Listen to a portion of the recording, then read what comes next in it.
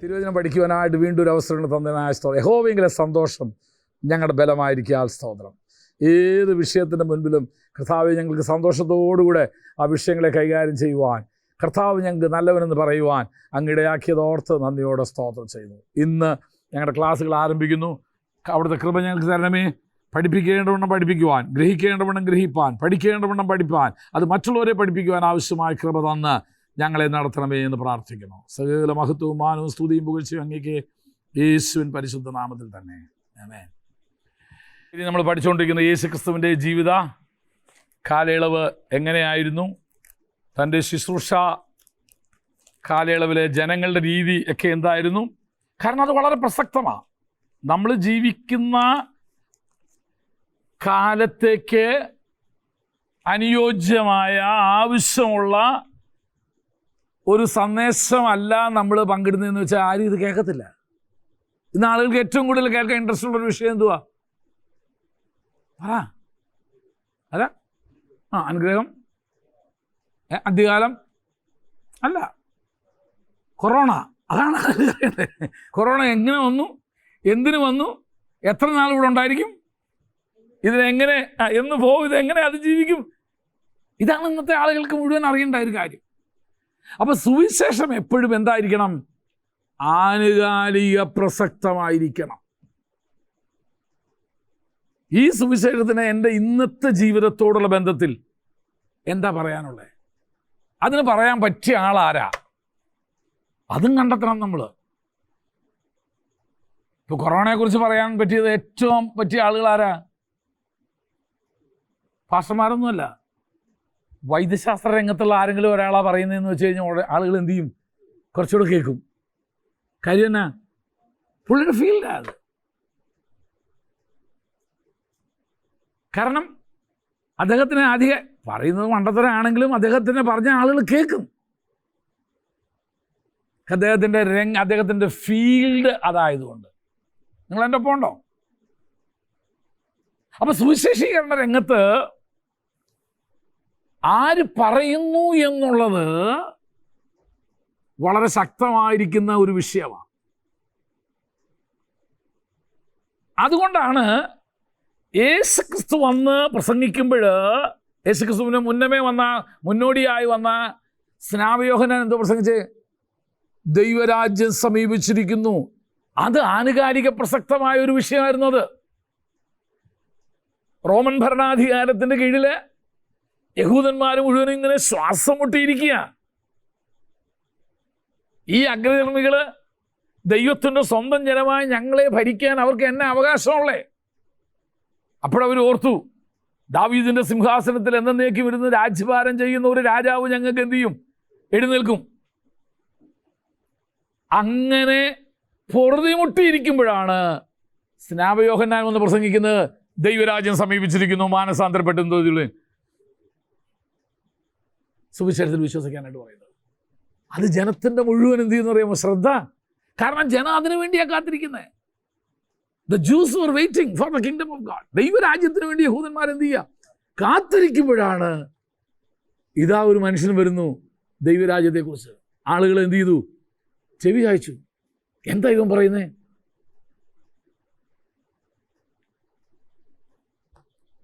ആയിരക്കണക്കിന് ജനം വന്ന് എന്ത് ചെയ്യുക? സ്നാനപ്പെട്ടു. കാരണം അവർ പ്രതീക്ഷിച്ചിരുന്ന, അവർ കാത്തിരിക്കുന്ന എന്തോ എന്ത് ചെയ്തിരിക്കുന്നു?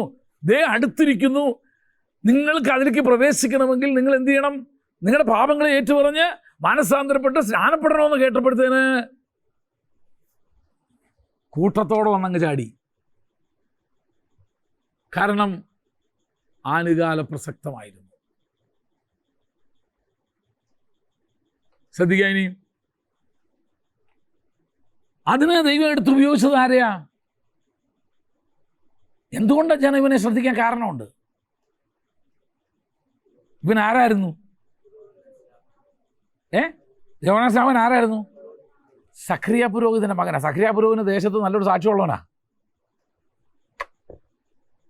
ഓർക്കുന്നില്ലേ? സഖറിയ പുരോഹിതൻ എന്തുകൊണ്ട് ദേശത്ത് നല്ല സാക്ഷ്യമുണ്ട്. ഇവൻ ജനിച്ചത് എന്തുവാ? വയസ്സാം കാലത്താണ് ജനിച്ചേക്കുന്നത്. ഇവൻ്റെ ജനനം തന്നെ എന്തുവെന്നറിയാമോ? ഒരു അത്ഭുതമാണ്. ഇവൻ്റെ പേര് അത്ഭുതമാണ്. ഇവൻ എന്തോ പേരിടെന്ന് ചോദിച്ചപ്പോൾ അപ്പനെ എഴുതി കൊടുത്തില്ലയോ? യോഹന്നാൻ പറഞ്ഞു നമ്മുടെ ചാർച്ചക്കാരുടെ ഇടയിലൊന്നും ഇങ്ങനെ എടുത്ത്.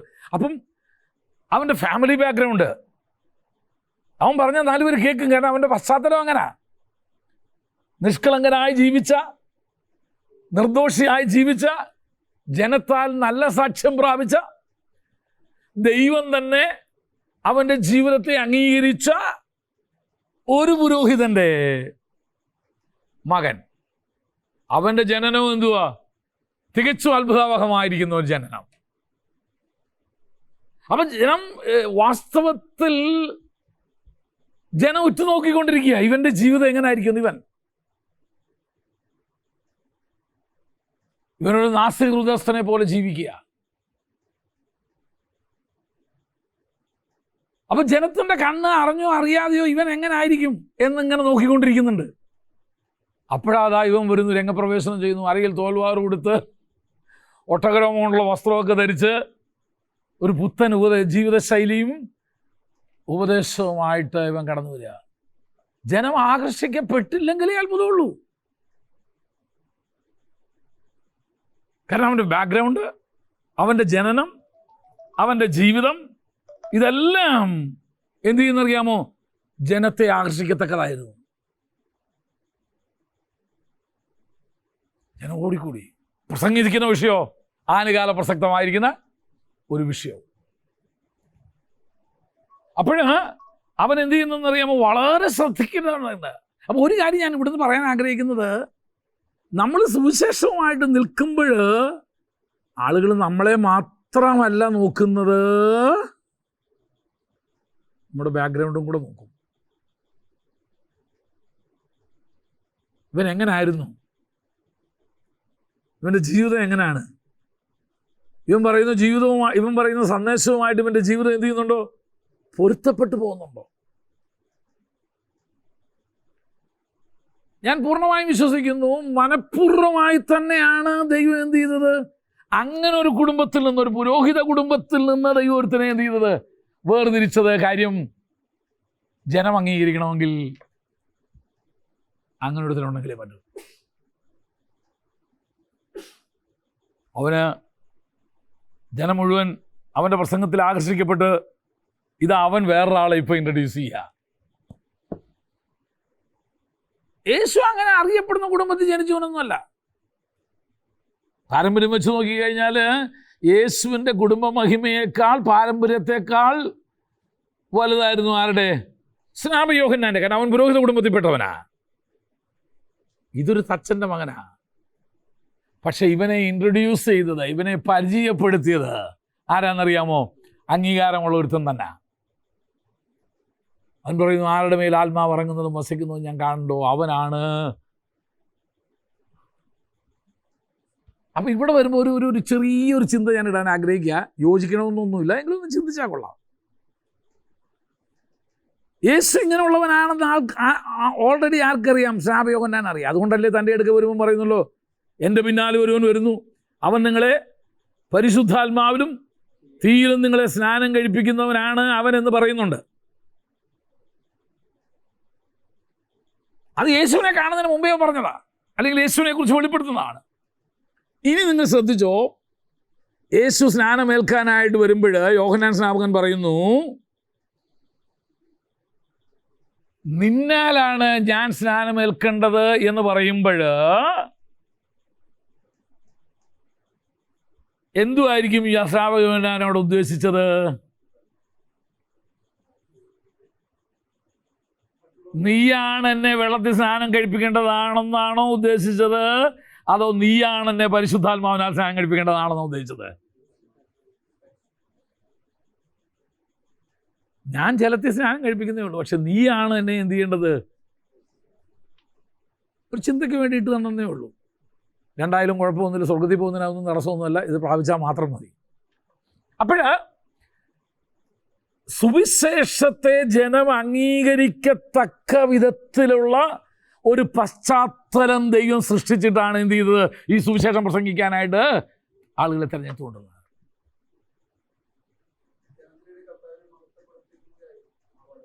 ഏതാ?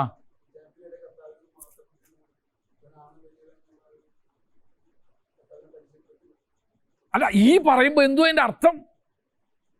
യോഹന്നാൻ ഉദ്ദേശിച്ച സ്നാനം ഏതാ? കേവലം ജനസ്നാനമായിരുന്നോ അതോ പരിശുദ്ധാത്മ സ്നാനത്തെക്കുറിച്ചായിരുന്നോ യോഹന്നാൻ ഉദ്ദേശിച്ചത്? നീയാണ് എന്നെ സ്നാനം കഴിപ്പിക്കുക. അപ്പോഴാണ് കർത്താവ് പറയുന്നത്, യോഹന്നാൻ നീ ഇപ്പോൾ സമ്മതിക്ക്, ഇങ്ങനെ സകല നീതി നിവർത്തിക്കുന്നത് നമുക്ക് ഉചിതം. കാരണം വെള്ളത്തിൽ സ്നാനം കഴിപ്പിക്കാനാണ് നിന്നെ അയച്ചത്. ഞാനത് ഏറ്റെങ്കിൽ മാത്രമേ പരിശുദ്ധാത്മാവ് പ്രാവുന്ന രൂപത്തിൽ ഇറങ്ങി വരികയും ഞാൻ ആരെന്ന് നിനക്കും ലോകത്തിനും വെളിപ്പെടുകയും കൂടെ ചെയ്യത്തുള്ളൂ. അപ്പം സുവിശേഷ പ്രസംഗത്തിന് വേണ്ടി, സുവിശേഷം പ്രസംഗിക്കാൻ അയക്കുമ്പോൾ വേണ്ടി അനുയോജ്യമായ വ്യക്തികളെ കൂടെ അല്ല നമ്മൾ അയക്കുന്നതെങ്കിൽ എന്ത് ചെയ്യും? വാതിൽ തുറക്കപ്പെടുന്നതിന് പകരം എന്ത് ചെയ്യുന്നറിയാം? വാതിൽ അടയ്ക്കപ്പെടുക. ഞാൻ വേറൊരു കാര്യം കൂടെ പറയാം. ഇത് സുവിശേഷീകരണത്തിൻ്റെ ഒരു ഭാഗത്തിലേക്ക് വരുന്നതാ, എങ്കിലും യേശുവിൻ്റെ ജീവിതവുമായി ബന്ധപ്പെട്ട ഒന്നായതുകൊണ്ട് ഞാനതും കൂടെ എടുക്കുക. ശമരിയ പട്ടണത്തെ കർത്താവിലേക്ക് നേടാനായിട്ട് യേശു ഉപയോഗിച്ചത് ആരെയാണെന്നറിയാമോ? ഒരു ശമരിയക്കാരി സ്ത്രീയാണ്. കാരണം യേശു അവിടെ ചെന്നായിരുന്നെങ്കിൽ എന്ത് ചെയ്യത്തില്ല? ആരും കേൾക്കില്ല. കാരണം അവൻ മിണ്ടത്ത് പോലും ഇല്ലല്ലോ. കൾച്ചറലി, സാംസ്കാരികമായിട്ട് എന്തുവാണെന്നറിയാമോ? രണ്ടും രണ്ട് സംസ്കാര ജീവിതത്തിലാണ്. കണ്ടാൽ മിണ്ടത്ത് പോലും ഇല്ല. ഇവനെ ഒരു ഗ്ലാസ് വെള്ളം പോലും എന്ത് ചെയ്യത്തില്ല, ഇവരിൽ നിന്ന് വാങ്ങിച്ച് കുടിക്കത്തില്ല, ഇവർ ചോദിക്കത്തുമില്ല. അപ്പം അങ്ങനത്തെ ഒരു സാഹചര്യത്തിൽ യേശു ശമരിയ പട്ടണത്തിൽ പോയാലും ജനം യേശുവിനെ എന്ത് ചെയ്യത്തില്ലായിരുന്നു? അംഗീകരിക്കത്തില്ലായിരുന്നു. അതിന് കർത്താവ് എന്ത് ചെയ്തെന്നറിയാമോ? ഒരു ശമരിയ സ്ത്രീയെ തന്നെ ഉപയോഗിച്ചു. നമുക്ക് ശമരിയ സ്ത്രീ എന്ന് കേൾക്കുമ്പോഴത്തേനും വേണ്ടാത്ത പിക്ചറൊക്കെയാണ് നമ്മുടെ തലയിൽ വരുന്നത്. ഞാൻ അവൾ അങ്ങനെ അല്ലാത്തവൾ, അങ്ങനെ ആയിരുന്നില്ല, അങ്ങനത്തവളല്ലായിരുന്നു എന്ന് ഞാൻ തെളിയിക്കാൻ പോവാ. നമുക്ക് ഉടനെ വരുന്നത് എന്തുവാ? 5 ഭർത്താക്കന്മാരുള്ള ഒരു ഒരു ഒരു ഒരു വൃത്തികെട്ട സ്ത്രീയായിട്ടാണ് നമ്മൾ എന്ത് ചെയ്യുന്നത്, അല്ലയോ? ആണ്. അതിൽ നല്ല പങ്ക് വള്ളത്തോൾ വഹിച്ചിട്ടുണ്ട്. വള്ളത്തോളിൻ്റെ ഭക്തൻ അറിയാവുന്ന കവിതയിൽ കൂടെ പുള്ളിക്കാരി അതെ. പക്ഷെ ഇപ്പോൾ ഒരിക്കലും അങ്ങനെ ആയിരുന്നെന്ന് ഞാൻ വിശ്വസിക്കുന്നില്ല. അപ്പം പിന്നെ അതെങ്ങനെ വ്യാഖ്യാനം ചെയ്യാം നമ്മൾ? 5 ഭർത്താക്കന്മാരുണ്ടായിരുന്നു എന്ന് പറഞ്ഞാൽ വലിയ വലിയ ഉണ്ടായിരുന്നു. ആ മതിയല്ലോ. ആദ്യത്തേനെ കളഞ്ഞു, രണ്ടാമത്തേനെയും കളഞ്ഞു, മൂന്നാമത്തേനെയും കളഞ്ഞു, നാലാമത്തേനെയും കളഞ്ഞ്.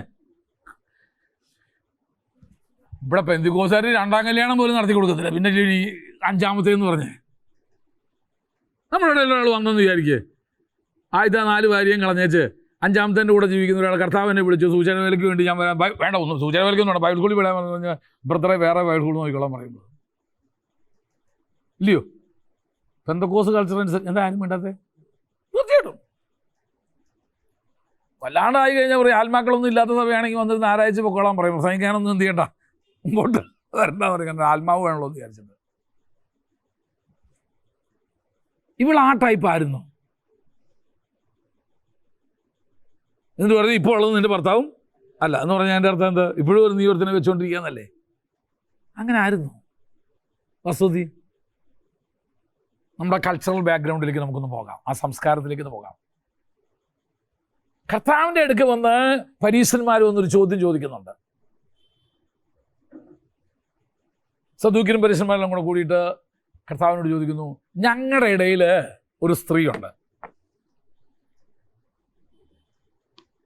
അവൾക്ക് 7 ഭർത്താക്കന്മാരുണ്ട്. ആദ്യത്തെ വിവാഹം കഴിഞ്ഞു, ഭർത്താവ് മരിച്ചു, 2ാമത്തിനെ കെട്ടി, 3ാമത്തിനെ, ഇങ്ങനെ 7 എണ്ണമായി. കാരണം അത് അവരുടെ നിയമമാണ്. അതിനെ ദേവരധർമ്മര വിവാഹം എന്ന് പറയും. ഭർത്താവ് മരിച്ചാൽ എന്ത് ചെയ്യാം? ഭർത്താവിൻ്റെ അനിയനെ കെട്ടാം. അവനും മരിച്ചു, ഇങ്ങനെ 7 എണ്ണമായി.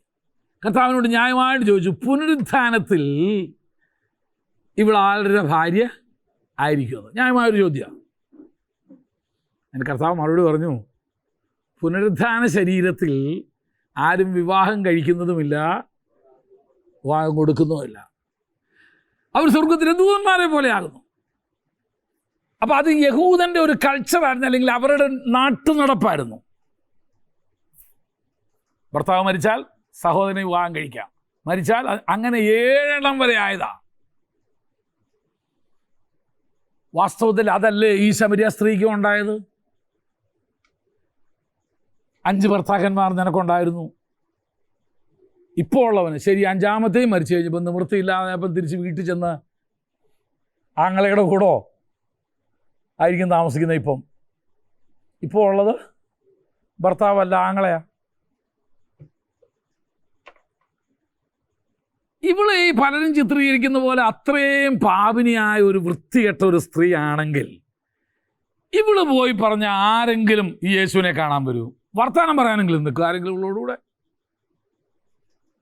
നിങ്ങൾ വിചാരിച്ചു ഇവിടുത്തെ ഒരു വലിയ സെക്സ് വർക്കർ, നാടറിയുന്ന ഒരു സെക്സ് വർക്കർ യേശുവിനെ കണ്ട് രക്ഷിതാവായിട്ട് സുവിശേഷം പറയാൻ ഇവിടുത്തെ ഏതെങ്കിലും നല്ല വീട്ടിൽ കയറി കഴിഞ്ഞാൽ അവരാരെങ്കിലും അംഗീകരിക്കും? വേറെ ദിവസം പറയുന്ന പട്ടണം മുഴുവനും യേശുവിനെ കേൾക്കാനായിട്ട് ഇവളുടെ വാക്കിൻ്റെ പുറത്ത് വന്നു. അപ്പോൾ ഇവൾക്ക് ആ സമൂഹത്തിൽ എന്തോ സ്വാധീനമുണ്ടായിരുന്ന ഒരു സ്ത്രീയാണ്. അല്ലെങ്കിൽ പട്ടണം മുഴുവൻ വരില്ല. ഇവൾക്ക് എന്തോ ആ പട്ടണത്തിൽ എന്തോ ഉണ്ട്. സഹതാപത്തിൻ്റെ സ്വാധീനമായിരിക്കാം ഒരുപക്ഷെ, എന്തോ ആയിക്കോട്ടെ. ആ പട്ടണത്തിൽ ഒരു വലിയ സ്വാധീനം ഉണ്ടായിരുന്ന ഒരു സ്ത്രീയാണ്. അവൾ പറയുന്നു, എനിക്ക് സംഭവിച്ചതൊക്കെ എന്നോട് പറഞ്ഞ ഒരു മനുഷ്യനെ ഞാൻ എന്ത് ചെയ്തിരിക്കുന്നു, അവൻ മശിഹ ആയിരിക്കാം. ആ പട്ടണം മുഴുവനും യേശുവിനെ കേൾക്കാനായിട്ട് വരണമെങ്കിൽ അത്രയും സ്വാധീനം അവൾക്ക് ആ പട്ടണത്തിലുണ്ടായിരുന്നു. നമ്മളാരും വിചാരിച്ച പോലെ അത്ര തറയല്ല അവള്. എനിക്കറിയത്തില്ല എങ്ങനെയാ ഇവർക്ക് ഈ ആശയം കിട്ടിയെന്ന്.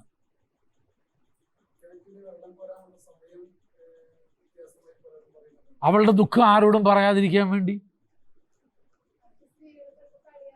മറ്റു സ്ത്രീകൾ കളിയാക്ക്. ഇത്രയും ഇത് ഇവിടെ കാണുന്നത് തന്നെ എന്തുവാണെന്നറിയാമോ, ഒരു അശുഭ ലക്ഷണമായിട്ട്. നമ്മുടെ നാട്ടിലാണ് ഈ സംസാരിക്കും. ഒരു വീട്ടിൽ ഇങ്ങനെ സംസാരം നമ്മുടെ നാട്ടിൽ തന്നെ ഉണ്ടെങ്കിൽ ഈ ഇവിടെ സംസാരിക്കൂ, അംഗീകരിക്കൂ? ഞാൻ ഇന്നലെ എവിടാ ഞാൻ വായിച്ചത്, ഭ്രാന്തി ചെറിയമ്മ എന്ന് പറഞ്ഞിട്ട് ഹൈന്ദവ ഇതിനകത്തൊരു സംസ്കാരം ഉണ്ടായിരുന്നു അത്രേ, ഭ്രാന്തി ചെറിയമ്മ. അയ്യോ, ഭാരതത്തിൻ്റെ നമ്മുടെ മലയാള നാടിലെ ചില കാര്യങ്ങൾ നമുക്ക് കേട്ടാൽ നമുക്ക് തന്നെ എന്താണെന്നറിയാമോ, ലജ്ജിച്ച് തലതാഴ്ത്തു. ബ്രാഹ്മണ സംസ്കാരത്തിൽ ഇങ്ങനൊരു സംസ്കാരം ഉണ്ടായിരുന്നു, ഭ്രാന്തി ചെറിയമ്മ.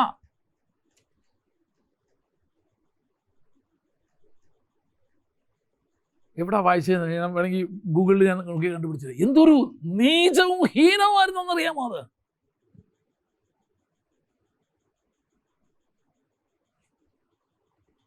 ഇവൾ ആ സമയത്ത് വെള്ളത്തിന് പോയി, ആ സമയത്ത് ആരും ചെല്ലില്ലെന്ന് എന്തോ ആരാ പറയണേ ചെല്ലില്ല എന്ന്. അവളൊരു പക്ഷേ ആളൊഴിഞ്ഞ നേരം നോക്കി പോയി കാണും. കാരണം സമൂഹത്തിൽ അവൾ അനുഭവിക്കേണ്ടി വന്ന വേദന, ഭാരം. എനിക്കൊറ്റ വാക്കേ ചോദിക്കാനുള്ളൂ. പട്ടണം മുഴുവൻ ഇവളുടെ ഒരു വാക്കിൻ്റെ പിന്നാലെ ഇറങ്ങി വരണമെങ്കിൽ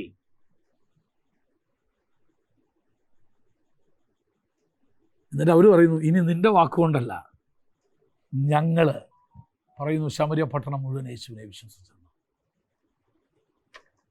യോഹന്നാൻ 4 കഥയാണ് ഞാൻ ഈ പറയുന്നത് മുഴുവനും. അപ്പോൾ ഇത് നമുക്ക് അറിയണമെങ്കിൽ അന്നത്തെ സംസ്കാര രീതിയും കൂടെ നമുക്ക് മനസ്സിലാക്കണം. കർത്താവിൻ്റെ അടുക്കൊന്ന് ചോദിക്കുന്നുണ്ടല്ലോ, 7 പുരുഷന്മാർക്ക് ഭാര്യയായിരുന്ന ഒരു സ്ത്രീ ഉണ്ടായിരുന്നു. പുനരുദ്ധാനത്തിൽ അവൾ ആരുടെ ഭാര്യയായിത്തീരും? കർത്താവ് പറഞ്ഞു, അതിനെക്കുറിച്ച് വിഷമിക്കേണ്ട, പുനരുദ്ധാനത്തിൽ നമ്മളെല്ലാം സ്വർഗദൂത തുല്യരാണ്. ഈ വക യാതൊരു വികാരങ്ങളോ വിചാരങ്ങളോ ഈ വക യാതൊരു ഓർമ്മയും കൊണ്ടായിരിക്കത്തില്ല നമ്മൾ അങ്ങോട്ട് പോകുന്നത്. ഈയിടെ ഒരാൾ എന്നോട് പറഞ്ഞ പോലെ ആദ്യ ഭാര്യയിൽ നിന്ന് വളരെ പീഡനം സഹിച്ച്, ഈ സ്ത്രീ പീഡനം മാത്രമല്ല കേട്ടോ, അയ്യൻ്റെ അപ്പാ, പുരുഷപീഡനം സഹിച്ച് ജീവിക്കുന്ന എത്രയോ പേരെ എനിക്കറിയാം. അതൊന്നും വാർത്തയാവാറില്ല.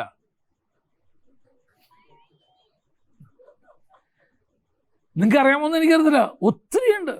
ഭർത്താവിനെ അടിക്കുന്ന, ഇടിക്കുന്ന, ഉപദ്രവിക്കുന്ന ഒത്തിരി സ്ത്രീകളുണ്ട്.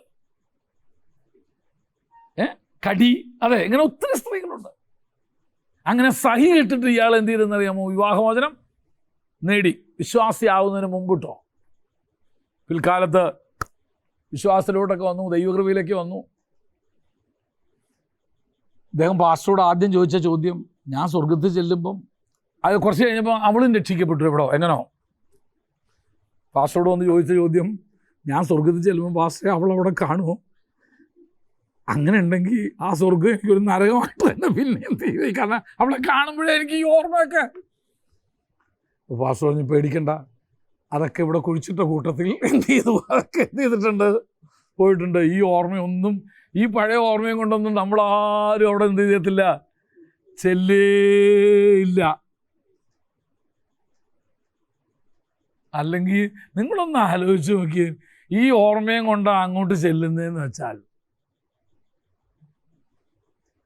അപ്പോൾ ന്യായമായിട്ടൊരു ചോദ്യം വരും, ധനവാന്റെയും ലാസറിൻ്റെയും, ധനവാനാ ഓർത്തത്, ലാസർ ഒന്നും ചെയ്തിട്ട് ഓർത്തതേ ഇല്ലെന്ന്. ശ്രദ്ധിച്ചോ, നിങ്ങൾ ആ ഭാഗം വായിച്ചിട്ടുണ്ടോ?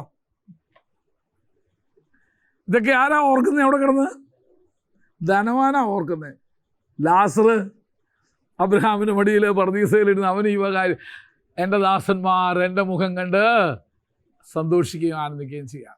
എൻ്റെ വിഷയം അതല്ല, ഞാൻ മടങ്ങി വരികയാണ്. എന്തിന് കർത്താവ് ആ ശമര്യക്കാരിയെ ഉപയോഗിച്ചു? ബാക്കി എല്ലാ പട്ടണങ്ങളിലും കർത്താവ് നേരിട്ട് ചെന്ന് എന്ത് ചെയ്തതാ? സുവിശേഷം പ്രസംഗിക്കുകയൊക്കെ ചെയ്തതാ. Why Jesus used A Samaritan woman? അവരോട് സുവിശേഷം പറയാൻ അവളെക്കാൾ ശക്തമായ, പ്രാപ്തയായ, യോഗ്യയായ ആരുമില്ല. കാരണം ഒരു മനുഷ്യൻ്റെ വേദന ആ ഒരു സംസ്കാരത്തിൽ, ആ ഒരു ജീവിത രീതിയിൽ ജീവിച്ച ഒരു വ്യക്തിക്ക് മാത്രമേ അറിയത്തുള്ളൂ. അവരെ എങ്ങനെ റീച്ച് ചെയ്യണമെന്ന്, അവരെ എങ്ങനെ സന്ധിക്കണമെന്ന്, സുവിശേഷത്താൽ അവരോട് എങ്ങനെ, ഏത് ഇതിലാണ് നമുക്ക് ആ വ്യക്തിയോട് കർത്താവിനെ കുറിച്ച് പറയണമെന്ന് ആ വ്യക്തിക്ക് അറിയത്തുള്ളൂ. നമുക്കൊന്നും അറിയില്ല. ഇപ്പൊ വിനോദ് പാസ്റ്റർക്ക് അറിയാം. വിനോദ് പാസ്റ്ററുടെ ആ വേദനയിൽ കൂടെ കടന്നുപോയ ആളുകളെ എങ്ങനെ എന്ത് ചെയ്യാം, അവരുടെ വേദന എന്തുവാന്ന്, അവരുടെ ഭാരം എന്തുവാന്ന്, സമൂഹത്തിൽ അവരനുഭവിച്ചതായ തിക്താനുഭവങ്ങൾ അല്ലെങ്കിൽ വേർതിരിയൽ എന്തുവാണെന്ന് വിനോദ് പാസ്റ്റർക്ക് അറിയാം. ഇതുപോലെ ചെങ്കൽച്ചുകളുടെ കൾച്ചർ അറിയണമെങ്കിൽ ആർക്കേ അറിയത്തുള്ളൂ?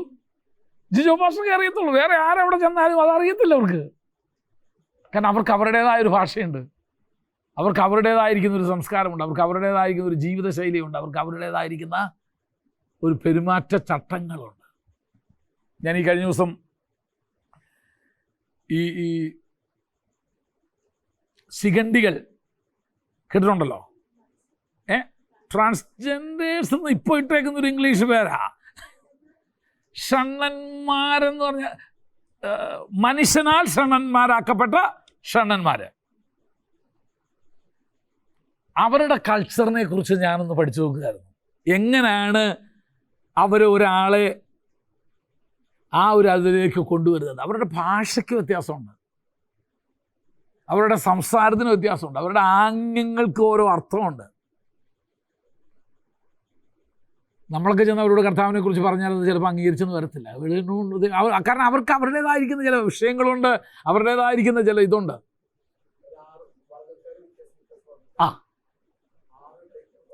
അതിൽ 6 എണ്ണം ഉണ്ട്. ഈ നാട്ടുകാർ കാണുമ്പോൾ പെന്തിക്കോസല്ല വന്ന ഇതിനകത്ത് വരുമ്പോഴല്ലേ കാണുന്നത്, ഇതിനകത്ത് 111 111 ഉണ്ടെന്ന്. ഇതിനകത്ത് പണ്ട് ഞാനും വിചാരിച്ചാണ് മുസ്ലിങ്ങളെന്ന് പറഞ്ഞാൽ എല്ലാം ഒന്നാന്ന്. അല്ല, അങ്ങോട്ട് കയറിയപ്പോഴും അതിനകത്ത് ഷിയാ സുന്നി കിന്നി മിന്നി എന്നൊക്കെ പറഞ്ഞ് കുറേ അതിനകത്തുണ്ടെന്ന്. അതെ. അപ്പം ഓരോന്നിലേക്ക് ചെല്ലുമ്പോൾ, അപ്പം അവരെ നേടണമെങ്കിൽ അവരെ പോലെ ആയി. അപ്പോഴാണ് എനിക്ക് മനസ്സിലായത് എന്തുകൊണ്ടാണ് പൗലോസ് തിമോത്തിയോസിനെ കൊണ്ട് പരിചയം ഏൽപ്പിച്ചതെന്ന്. പരിച്ഛേദന ഒന്നും ഇല്ലെന്ന് പറഞ്ഞ പൗലോസ്, അതിൽ യാതൊരു അർത്ഥമില്ലെന്ന് പറഞ്ഞ പൗലോസ്, സുവിശേഷത്തിൻ്റെ വ്യാപ്തിക്ക് വേണ്ടി, സുവിശേഷ ഘോഷണത്തിനൊരു പ്രവേശനം ലഭിക്കേണ്ടതിന് വേണ്ടി തിമോത്തിയോസിനോട് പറഞ്ഞു, തിമോത്തിയോസ്, ഒന്നുമില്ലെന്ന് നമുക്കറിയാം, പക്ഷേ ഇതുമൂലം നമുക്ക് അങ്ങനൊരു സമൂഹത്തിലേക്കൊരു പ്രവേശനം കിട്ടുമെങ്കിൽ നമുക്കാവാം. വേറൊരു സദ്യ എന്ത് തലം മുണ്ടനം ചെയ്തില്ലേ? ഞാൻ ഒരു കാര്യം പറയാം. എനിക്കറിയാവുന്നൊരു ദൈവദാസനുണ്ട്. ഈ കോട്ടയത്തെ പുതുപ്പള്ളി എന്ന് പറഞ്ഞാൽ, പുതുപ്പള്ളി പള്ളി എന്ന് പറഞ്ഞാൽ വലിയ പേര് കേട്ട പള്ളിയാണ്. എപ്പോഴും ആളും പേരും അതിനകത്ത് കാണും. എപ്പോഴും പ്രാർത്ഥനയ്ക്ക് അതിനുള്ളത്. ഈ പരിപാടി, ഈ പാസ്റ്റർ പരിപാടി എന്നാണെന്ന് അറിയാമോ? ഇയാൾ രാവിലെ നിന്ന് പുതുപ്പള്ളി പള്ളി ഇരിക്കും. എന്നിട്ട് അവിടെ പ്രാർത്ഥിക്കാൻ വരുന്നവൻ്റെ അടുക്കലോട്ട് പതുക്കെ കൂടി അവൻ്റെ ഭാരങ്ങളൊക്കെ ചോദിച്ചറിഞ്ഞ്, ഞാനും നിനക്ക് വേണ്ടി പ്രാർത്ഥിക്കാമെന്ന് പറഞ്ഞ് ചോദിച്ചറിഞ്ഞ് അവൻ്റെ നമ്പറൊക്കെ വാങ്ങിച്ച് വൈകുന്നേരം ചെന്ന് അവനെ വിളിക്കും. അവനെക്കുറിച്ച് പ്രാർത്ഥിച്ച് ദൈവത്തിൽ നിന്ന് വെളിപ്പാട് പ്രാപിച്ച് അവനോട് വിളിച്ച് പറയും, നിൻ്റെ വീട്ടിൽ ഇന്ന പ്രശ്നമാണ്. അതാ എത്ര എണ്ണത്തെ ഈ മനുഷ്യൻ പുതുപ്പള്ളി പള്ളിയിൽ നിന്ന് ദൈവഭാഗത്ത് കൊണ്ടുവന്നു പറയാം. ആളുകൾ കാണുന്നത് പാസ്റ്റർ എന്നും പുതുപ്പള്ളി പള്ളിയിൽ പോകുന്നുണ്ട്, എന്തോ അവിടുത്തെ സേവയാ പാസ്റ്റർക്ക്. പക്ഷെ ഇയാൾ പോകുന്നത് എന്തിനാ? അവിടെ ആ മീനിരിക്കുന്ന മുഴുവനും. പുതുപ്പള്ളി പള്ളിയിൽ എനിക്കറിയാവുന്ന ഇതുപോലെ പുത്തമ്പള്ളി പോകുന്നൊരു പാർട്ടി ഉണ്ടായിരുന്നു ഇവിടെ തൃശ്ശൂർ. കാരണം അവിടെ ആർക്കും കയറി വന്നിട്ട് പ്രാർത്ഥിക്കാമല്ലോ. ഈ പുള്ളി അവിടെ പോകും. പുള്ളി പോകുന്നത് എന്തിനാ? കന്യാമറിയനോട് പ്രാർത്ഥിക്കാനല്ല. അവിടെ തകർന്ന ജീവിതങ്ങൾ ആ പ്രാർത്ഥനയ്ക്ക് എന്ത് ചെയ്യുന്നത് വരുന്നത്, അവർക്ക് വേണ്ടി പ്രാർത്ഥിക്കാൻ, അവരുടെ കൈപിടിച്ച് പ്രാർത്ഥിക്കും. ഇയാൾ ദൈവകൃപയുള്ളൊരു മനുഷ്യനാണ്, വെളിപ്പാടുള്ള മനുഷ്യനാണ്, വിവേചനപരമുള്ളവനാണ്. പ്രാർത്ഥിച്ചതിൻ്റെ ഉടനെ ദൈവം വെളിപ്പെടുത്തി കൊടുക്കുന്ന ദൈവിക വെളിപ്പാടുകൾ അവരോട് പറഞ്ഞ് അവരെ വിശ്വാസത്തിലേക്ക് കൊണ്ടുവരും. എത്ര എണ്ണത്തെ കൊണ്ടുവന്നിട്ടുണ്ടെന്ന് അറിയാം. ശ്രദ്ധിച്ചാട്ടിനി, സമരിയാക്കാരിയോട് സുവിശേഷം പ്രസംഗിക്കുന്നതിന് കർത്താവ് ഒരിക്കലും നീ പാപിയാന്നുള്ള തിയറി ഉപയോഗിച്ചില്ല. 4 ഫോർമുലയുണ്ടല്ലോ. ഒരു അത്ഭുതവും ചെയ്തില്ല കർത്താവോടെ. ചെയ്തോ? അവിടെ കർത്താവ് ഉപയോഗിക്കുന്ന ഏതാ? പാപമില്ലാത്ത കല്ലറിയാൻ പറഞ്ഞോ? സമരിയാക്കാരി സ്ത്രീയോട് വെള്ളം കുടിക്കാമെന്നാണ് നമ്മൾ. അവളുടെ ജീവിതത്തെ വിവേചിക്കുക ചെയ്തത്.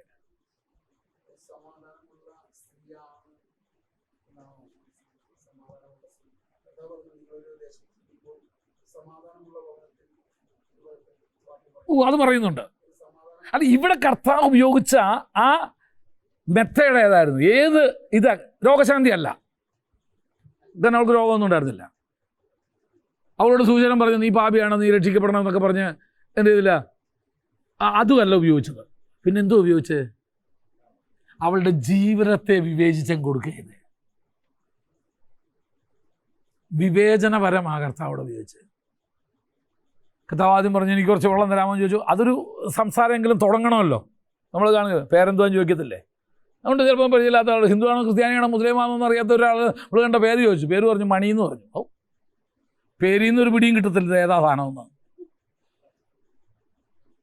ഒരു പിടിയും കിട്ടില്ല പേരിൽ നിന്ന്. അപ്പം വിവാഹം കഴിച്ചാണോ എന്ന് ചോദിക്കും. ആണെന്ന് പറയും. ഭാര്യയുടെ പേരെന്നാന്ന് ചോദിക്കും. ശാന്ത. അപ്പോഴും പിടിയില്ല.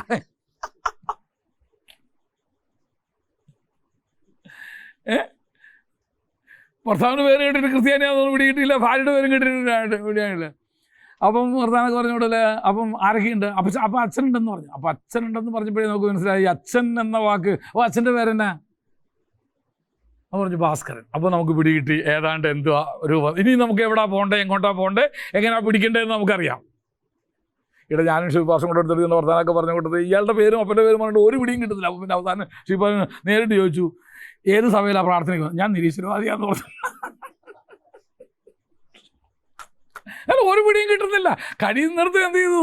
ഞങ്ങൾ തപ്പി നോക്കി ഒന്ന് പിടി കിട്ടാൻ വേണ്ടിയിട്ട്, ഒന്ന് പിടിക്കാൻ വേണ്ടിയിട്ട്. പക്ഷെ എന്ത് ചെയ്യുന്നില്ല, കിട്ടുന്നില്ല. കർത്താവ് വെള്ളം ചോദിച്ചു. അപ്പോൾ ചോദിച്ചു, ശമര്യക്കാരിയായ എന്നോട് യഹൂദനായിരിക്കുന്ന നിനക്കെങ്ങനെ വെള്ളം ചോദിക്കാനായിട്ട് കഴിയും? അപ്പോൾ കർത്താവ് അവനോട് പറഞ്ഞു, നിന്നോട് ചോദിക്കുന്ന ആരാന്ന് നീ അറിഞ്ഞായിരുന്നെങ്കിൽ അവൻ നിനക്ക് ജീവനുള്ള വെള്ളം തന്നേനെ. അപ്പോൾ കർത്താവ് അവള് പറഞ്ഞു, അയ്യോ ഇത് ആഴമുള്ള കിണറാണല്ലോ, നിനക്ക് പാത്രമില്ല, ഞങ്ങളുടെ പിതാവായ യാക്കോബിനേക്കാൾ നീ അവിടുന്ന് പതുക്കെ എന്നാ ആ വെള്ളം കുറച്ച് എനിക്ക് തരാൻ പറഞ്ഞു. തരാമല്ലോ, നിൻ്റെ ഭർത്താവിനെ വിളിച്ചുകൊണ്ട് പോവാ. സ്റ്റെപ്പ് ബൈ സ്റ്റെപ്പായിട്ടാണ് പോയേ. നമ്മളൊക്കെ ആണെങ്കിൽ ഹേ ഭാവി, ഇങ്ങനെയൊന്നുമല്ല ജീവിക്കണ്ടേ എന്നൊക്കെ പറഞ്ഞ് എന്ത് ചെയ്തേ അവളെ വലിച്ച് കീറി ഇല്ലേ. ചില സഭകളിൽ ആഭരണം ഇട്ടൊരു സ്ത്രീ അന്ന് ആഭരണം ഇടാതെ വന്ന 99 കളഞ്ഞേച്ച ആ ഇട്ട ഒരെണ്ണത്തെ കൊണ്ട് ഊരിച്ച് പാർശ്വപ്രസംഗം നിർത്തത്തുള്ളൂ. 99 എണ്ണത്തിനെ അന്ന് കളഞ്ഞേച്ച് ഈ ഒരെണ്ണത്തിനെ കൊണ്ട് അന്ന് വേദപുസ്തകത്തിൽ ഉള്ള വാക്യവും ഇല്ലാത്ത വാക്യവും എല്ലാം എടുത്ത് വെച്ച് അവിടെ വെച്ചാൽ തീരുമാനം, ഈ ഇതിൻ്റെ കാലേ കുത്തത്തില്ലെന്ന്, ഈ ആലയത്തിൽ ഞാൻ വരില്ല തീരുമാനം എടുത്തേച്ച് പോകും. കർത്താവ് എത്ര ടാക്ട്ഫുള്ളായിട്ടാണ് തീരുമാനം എടുത്ത് കൈകാര്യം. പറഞ്ഞു, നീ പറഞ്ഞു കർത്താവ്, നീ പറഞ്ഞത് ശരി തന്നെ എന്നാണ് കർത്താവ് പറഞ്ഞല്ലേ? ആണോ? അങ്ങനെ പറഞ്ഞേ ആണോ? നീ പറഞ്ഞത് ശരിയാ. നിനക്ക് 5 ഭർത്താക്കന്മാരുണ്ടായിരുന്നു, ഇപ്പോഴുള്ളവനോ നിന്റെ ഭർത്താവല്ല. She was shocked. അവൾ ഞെട്ടി.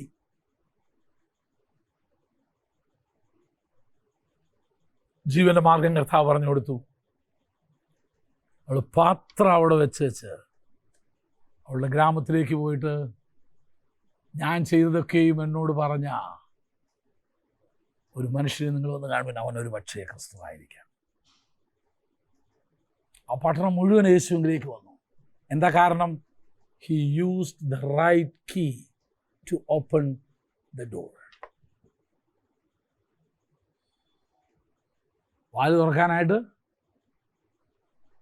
ശരിയായ താക്കോല് എടുത്തു വെച്ചു. നമുക്കൊക്കെ ഉണ്ടാകുന്ന ഏതെങ്കിലും താക്കോല് നമ്മൾ കുത്തിക്കയറ്റി ഒടിച്ച് താക്കോല് അവിടെ ഇരിക്കും. അങ്ങനെ വേറെ ആർക്കും തുറക്കാനും പറ്റാത്ത രീതിയിൽ എന്ത് ചെയ്തു? നമ്മളാക്കി പോരും.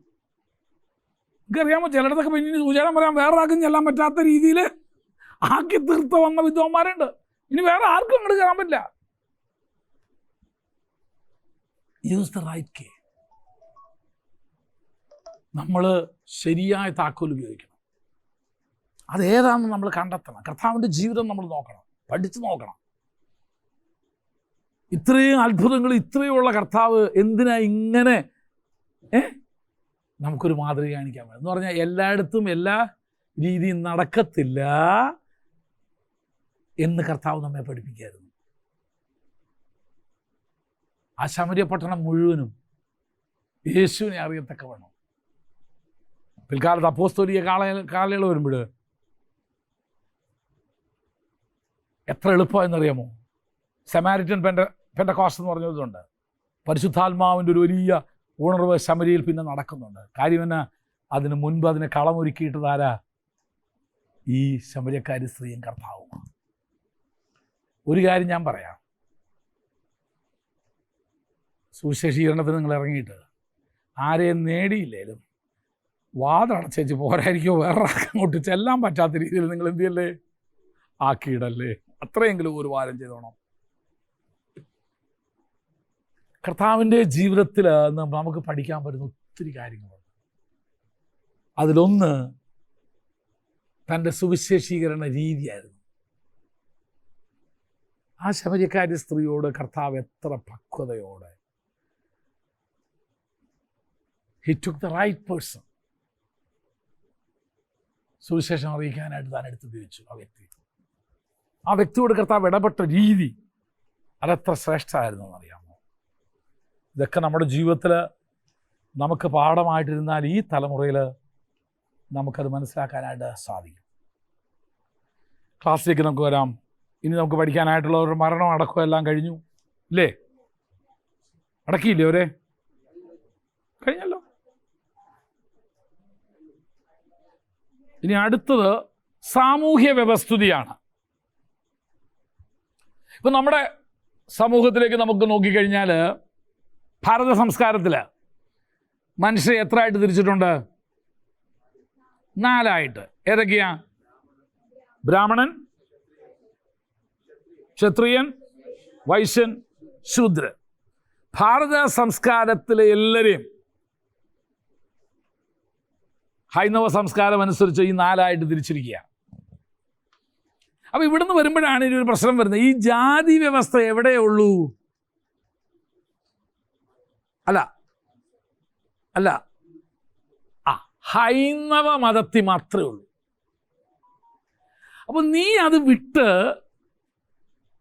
ഒരു ദൈവവൈദ്യരായി തീർന്നാൽ, അഥവാ ഒരു ക്രൈസ്തവ സംസ്കാരത്തിലേക്ക് വന്നാൽ പിന്നെ ജാതി സർട്ടിഫിക്കറ്റും തേടി എന്ത് ചെയ്യരുത്? അങ്ങോട്ട് പോരുത്. ഞാൻ പറഞ്ഞ എത്ര പേർക്ക് മനസ്സിലായി? മനസ്സിലായില്ല ആർക്കും? നമ്മൾ വേറെ ജാതിയായി. ഈ ജാതിയുടെ പേരെന്തുവാ? ഇതുപോലൊരു ജാതി. പേര് പെന്തിക്കോസുകാരെന്നും പറയും. ജാതി സർട്ടിഫിക്കറ്റ് നോക്കുമ്പോൾ പൂക്രീന്നോ ആക്രീന്നോ എഴുതി വെച്ചേക്കും. എന്ന് പറഞ്ഞാൽ എന്തുവാ? അവശ ക്രൈസ്തവനും. അങ്ങനെ ഒരു ക്രൈസ്തവൻ ഇല്ല ഇവിടെ.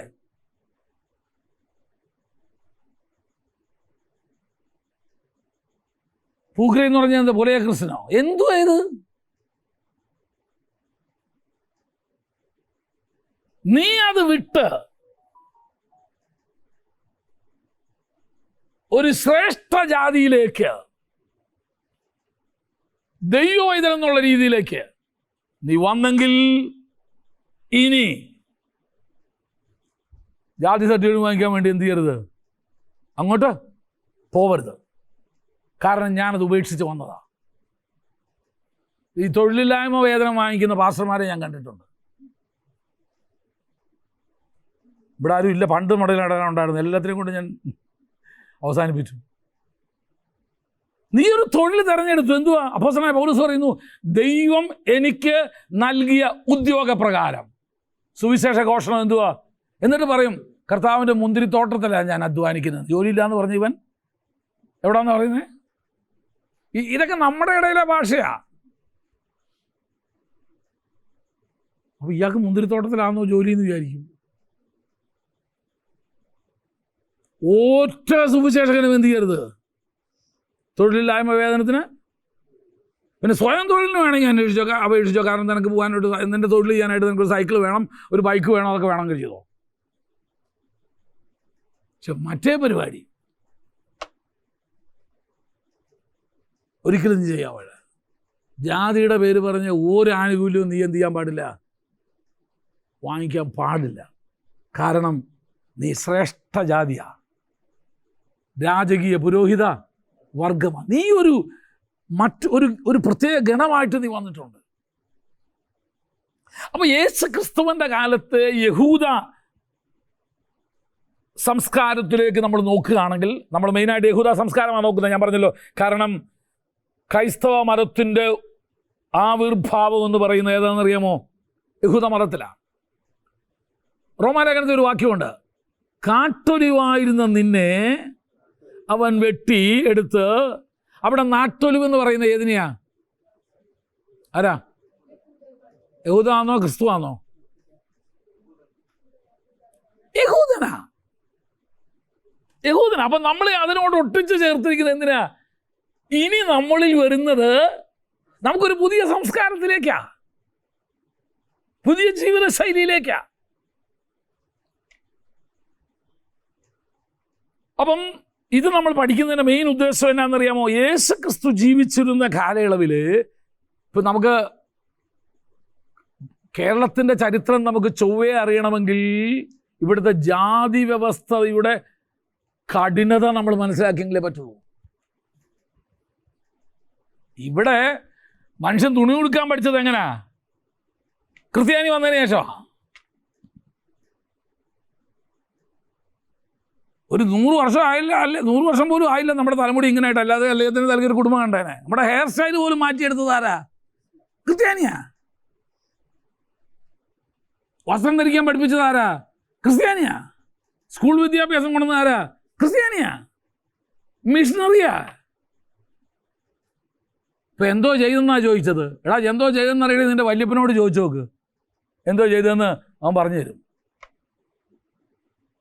അത്രയും നീചമായ ജാതി വ്യവസ്ഥിതിയായിരുന്നു ഇവിടെ നിലനിന്നിരുന്നത്. അത്രയും ഹീനമായ ജാതി വ്യവസ്ഥിതി പുറത്ത് പറയാൻ കൊള്ളില്ല. ഇപ്പം ഭാരതത്തെ ഹൈന്ദവവൽക്കരിക്കാനും ഹൈന്ദവ സംസ്കാരത്തിലേക്ക് കൊണ്ടുപോകാനല്ലേ ഇപ്പം ഇങ്ങനെ ജനം പാടുപെട്ടുകൊണ്ടിരിക്കുന്നത്. കൊണ്ടുപോട്ടെന്നാണ് ഞാനും പറയുന്നത്. ആ സംസ്കാരം അനുസരിച്ച് ജീവിക്കട്ടെ ഈ പറയുന്നവനൊക്കെ. അതിനുവേണ്ടി വാതുകെടുന്ന പോകാൻ പറ, താഴത്തെ പഴയ സംസ്കാരത്തിലോട്ട് ഉടുകണില്ലാതെ ഒന്ന് പ്രസംഗിക്കാൻ പറ.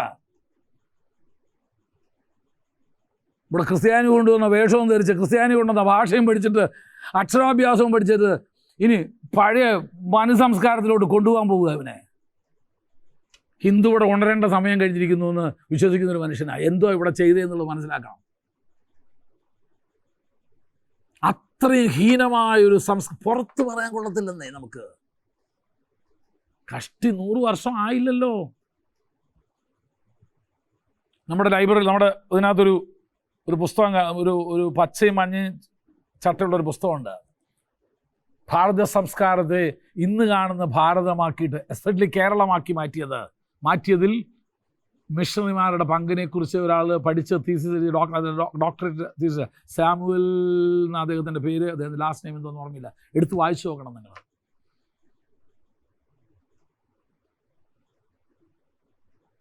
കാരണം അത്രമാത്രം ഹീനമായൊരു സംസ്കാരമായിരുന്നു ഇത്. ഇവിടെ ക്രിസ്ത്യൻ മിഷണറിമാർ ചെയ്ത അവൻ്റെ പ്രവർത്തനങ്ങളാ ഇന്ന് നമ്മളെ 4 പേരുടെ മുമ്പിൽ നിൽക്കാൻ പറ്റാവുന്ന, യോഗ്യമായി നിൽക്കാൻ പറ്റുന്ന ഒരാളാക്കി മാറ്റിയത്.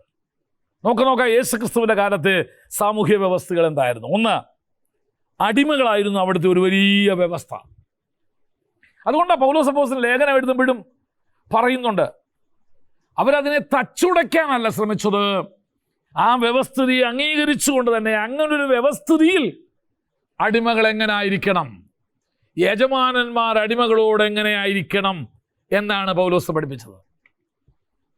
യജമാനന്മാർ, സ്വർഗത്തിൽ നിങ്ങൾക്കും ഒരു യജമാനനുണ്ടെന്നറിഞ്ഞിട്ട് നിങ്ങളുടെ ദാസന്മാരോട് കരുണയോടെ നിങ്ങൾ പെരുമാറുവീൻ. ദാസന്മാരോട് പറയുന്നു, ദാസന്മാരെ, നിങ്ങൾ യജമാനന്മാരെ സ്വർഗത്തിലെ യജമാനെന്ന് കരുത്, നിങ്ങൾ എന്ത് ചെയ്യുക, ഉത്സാഹത്തോടെ അവരെ സേവിപ്പീൻ. അല്ലാതെ ആ വ്യവസ്ഥിതിയെ തച്ചുടയ്ക്കാനല്ല എന്ത് ചെയ്തത്, ശ്രമിച്ചത്. ആ വ്യവസ്ഥിതിയിൽ ദാസന്മാരെങ്ങനായിരിക്കണം, യജമാനന്മാരെങ്ങനായിരിക്കണം എന്നാണ് പഠിപ്പിച്ചത്. അപ്പോൾ യേശു ക്രിസ്തുവിൻ്റെ ജീവിത കാലയളവിൽ അവിടെ ഒരു വലിയ കൂട്ടം ജനം അടിമകളായിരുന്നു. അടിമകൾ 2 തരം അടിമകളുണ്ട്. ഒന്ന്, ജാതീയ അടിമകൾ. പുറജാതിയിൽക്കാരായ ആളുകളെ എന്തു ചെയ്യാം, അടിമകളായി നമുക്ക് ഉപയോഗിക്കാം. അത് 2 തരത്തിലുണ്ട്. മറ്റു രാജ്യങ്ങളിൽ യുദ്ധം ചെയ്യാനായിട്ട് പോകുമ്പോൾ യുദ്ധം ചെയ്ത് കൊണ്ടുവരുന്ന ആളുകളെ നിങ്ങൾക്ക് എന്തു ചെയ്യാം, അടിമകളാക്കി നിങ്ങൾക്ക് എടുത്ത് ഉപയോഗിക്കാം. അതിനൊക്കെ വ്യവസ്ഥ വെച്ചിട്ടുണ്ട്, ദൈവം പ്രമാണം കൊടുത്തിട്ടുണ്ട്. 2, യഹൂദ അടിമകളുണ്ട്. യഹൂദ അടിമകൾ തന്നെ 2 തരമുണ്ട്. താൽക്കാലിക അടിമകളും ആജീവനാന്ത അടിമകളും. അതിനെല്ലാം വേദപുസ്തകത്തിൽ പ്രമാണം. അപ്പോൾ അവരോടെല്ലാം അങ്ങനെ ആയിരുന്നു ഒരു വർഗം ആളുകൾ. രണ്ടാമത്തത് സ്ത്രീകൾ. ആ സമൂഹത്തിൽ സ്ത്രീകൾക്കുള്ള സ്ഥാനം എന്തായിരുന്നു? മൂന്നാമത് കുട്ടികളെ ആ സമൂഹത്തിൽ കണ്ടിരുന്നത് എന്തൊക്കെയാണ്? ദൈവം അനുവദിച്ചാൽ അതായിരിക്കും നമ്മൾ നാളത്തെ ക്ലാസ്സിൽ നോക്കുന്നത്. അടിമകൾ, സ്ത്രീകൾ, കുട്ടികൾ. സമൂഹത്തിലെ മുഖ്യധാരയായ ഈ 3 ഗ്രൂപ്പിനെ നമ്മൾ നോക്കും. അത് കഴിഞ്ഞാൽ നമ്മൾ നോക്കുന്നത് ജോലിയായിരിക്കും. എന്തൊക്കെ ജോലികളായിരുന്നു ഇവർ ഇടപെട്ടിരുന്നത് എന്ന് നമ്മൾ നോക്കും. ഇന്നത്തെ ക്ലാസ് നമ്മളോട് കൊണ്ട് അവസാനിപ്പിക്കുക.